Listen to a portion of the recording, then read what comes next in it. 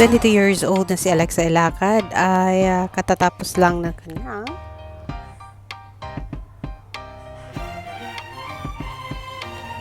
high school. Ang sabi niya, I've been in the industry for most of her life.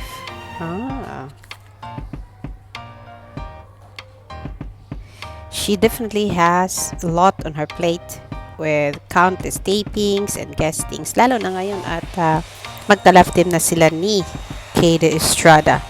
Sa Magandang Buhay episode last week, ang sinabi ng dalaga ay ipagpatuloy niya ang kanyang pag-aaral and ayaw niya na makareceive ng mga special treatment bilang artista.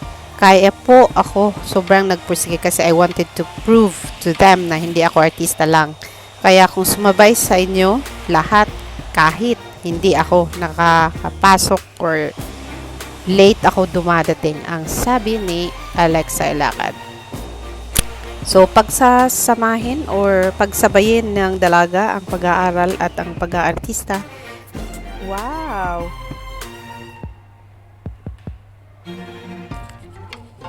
Kagaya na lang ni Maymay and Trata. Good luck, Alexa, and good luck, Maymay and Trata. And that is our latest update on Alexa Ilacad, and I am wishing you good luck sa mga dreams mo sa buhay.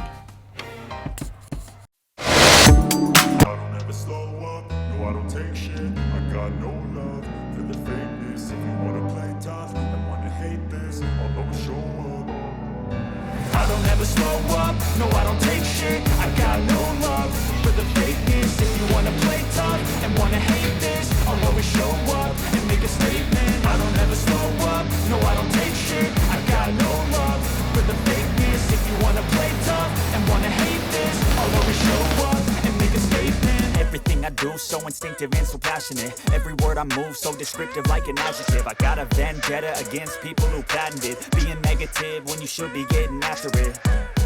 I got facts over tracks, this and that, spitting slow, spitting fast. I could roast, I could gas, think I'm okay at last, but I don't know if that